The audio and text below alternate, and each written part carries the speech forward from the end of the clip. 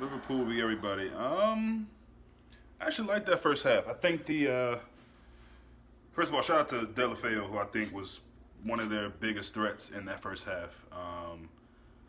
Was giving Trent some work on that side. Trent was giving it back though. That's what I love to see about Trent. And it's good to see Trent tested a lot of times, especially doing things that he doesn't really particularly like to do, which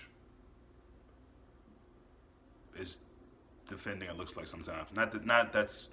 I'm not knocking him as a defender. It just feels like he's one of them guys that just really obviously looks forward to bombing forward and being in part of the attack as much as possible. He'll do the defending, and honestly, I just think that not many people give him much trouble, and a lot of the credit goes to him for being a good defender as well. So, but no, I like what Trent did in that first half all the way around. But yeah, what happened to De La Field is tough, especially in a situation where there's no real contact with an opponent. It's a simple trying to plant your foot and twist the knee. That's not good to see.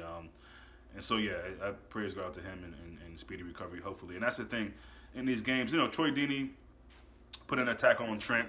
I don't think Troy Deeney mean any harm by it. I think he's a top professional. I think he was just making a footballing play. He did it, caught Trent. And then there was a stamp on Genie by, I want to say, Hughes, which looked more purposeful. To be honest, that looked like there was intent there.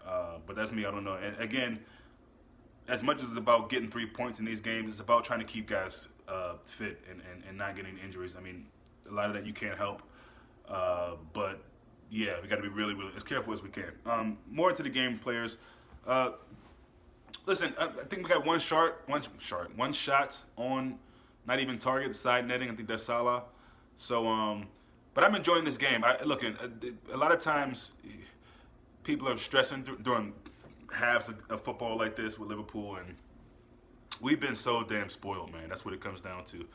And these games have been really exciting, even though they've been close, maybe nervy for some people. There's been doubts, whatever. The last three games, including this one, of course. I think that's the bottom three, right? In a row, if I'm not mistaken. Norwich, United, Norwich, West Ham, and Watford. So, yeah, this is interesting to me. And Watford are playing a very stout football game. Their man just got them playing some good football in that first half. So, I think Ismaili Sarr could really get some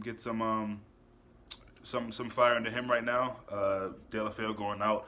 Pereira is a good player, but I don't really necessarily fear him. I think De La Field brought so much more on that left side, and I love what Liverpool were doing to counter that. And they were having Ox come over there and help out defensively with Trent, just to close up any space there. But tough physical one of them games, man. Just kind of a scrappy game, and I'm loving every minute of it. So obviously, look, more shots on target, more opportunities, trying to break them down a bit more, and we'll get it. I'm never going to these games where I just don't.